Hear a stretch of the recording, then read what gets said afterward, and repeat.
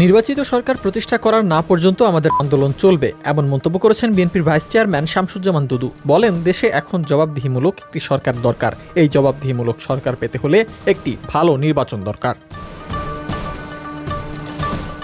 একটি ভালো নির্বাচনের জন্য বেগম খালেদা জিয়ার ত্যাগ স্বীকারকেও এ সময় স্মরণ করেন শামসুজ্জামান দুদু। বাংলাদেশে জবাবদিহিমূলক একটি সরকারের দরকার এবং এই জবাবদিহি সরকারের জন্য একটি ভালো নির্বাচনের দরকার এবং এই ভালো নির্বাচনের জন্য বেগম খালেদা জিয়া মৃত্যুর খুব কাছাকাছি থেকে ফিরে এসেছিল। তাকে চিকিৎসা পর্যন্ত হাসিনা করতে দেয় নাই।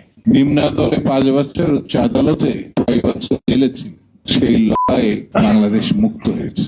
দুদু বলেন, বাংলাদেশ এখন স্বৈরাচারের হাত থেকে মুক্ত হয়েছে। সেই মুক্ত স্থায়ী ভিত্তি দিতে হলে ভালো সুষ্ঠু নির্বাচন দিতে হবে, জবাবদিহিমূলক সরকার প্রতিষ্ঠা করতে হবে।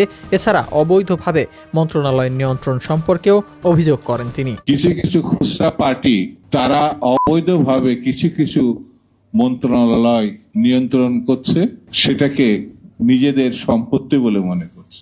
আমরা জানি যে নির্বাচন হলে তাদের সম্ভাবনা তো নাই, তাদের ভরাডুবি হবে।